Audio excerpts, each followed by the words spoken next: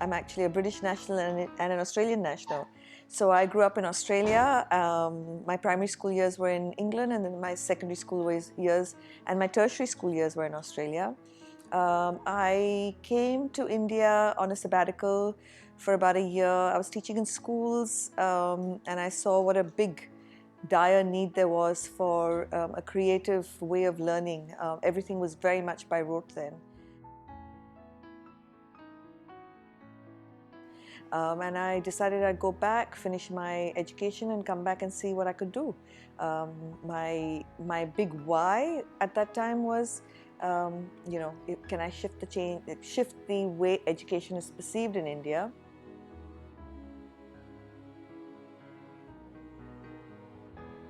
So the company started in 1993.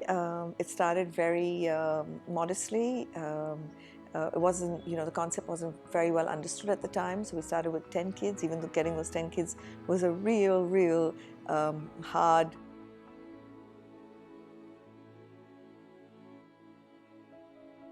Something that I value very highly is a daily joy. And that sort of comes through in how we've set up our company, as well as the philosophy of what we do in schools. Because my end goal of teaching a child who's 3 is not getting him ready to be 25. It's for him to actually enjoy the process of being 3. It's very much like a Buddhist philosophy that says it's the here and now, the present, that's really important.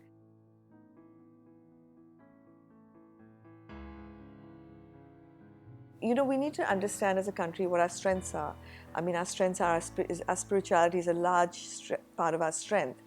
And, I think we've not honored it as much as the West have. The West have taken our spirituality, rebranded it, repackaged it, and sold it for millions. I mean, even what Anthony Robbins does actually comes from our Indian scriptures. A lot of what we know in neuroscience today is from our Vedas. So I think we need to embrace where we're really strong and figure out how to, like any company, how do you highlight your strengths? And then look at where are other countries stronger than us and what can we embrace about those countries and bring in. And education, because we adopted the British form of education, our gurukuls were fantastic. If we could just go back to our gurukuls, we'd have personalized learning. We'd have everything the West is vying for today.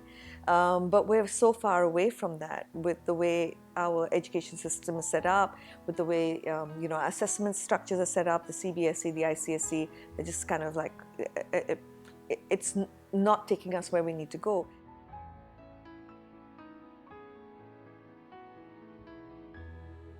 Some of the other things I think that we value is creativity very, very highly, because if there wasn't creativity in the world, the world wouldn't be moving to a more peaceful and a more abundant place.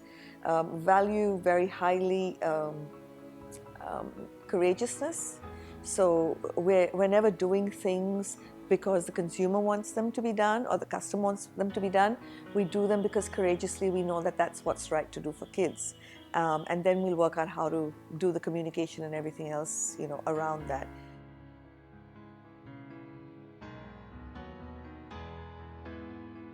One is really important to have a growth mindset, which means you keep on learning. You'll keep investing in learning. And I guess so my number one rule is invest in yourself before you invest in anything else.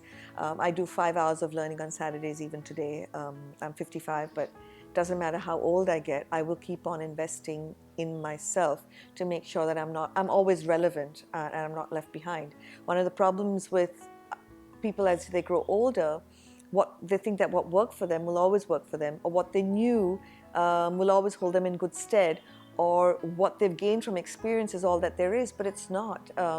I learn from kids younger than me every day, and I'm always open to hearing from kids so that I stay relevant, because at the end of the day, if I'm going to serve the needs of kids in my care, I have to be relevant to them. If I'm not relevant, they're switched off. So I guess that's two. So one is be relevant and stay abreast. The second is to have a growth and an abundant mindset. And the third is to be really courageous, because you can't really do anything without courage. You'll have to have some amount of ability to take risk, There's no business that gets set up if you're sitting in the safety of your, your confines. So you'll have to learn to keep challenging yourself to move outside of your area of safety so that you can keep building your business.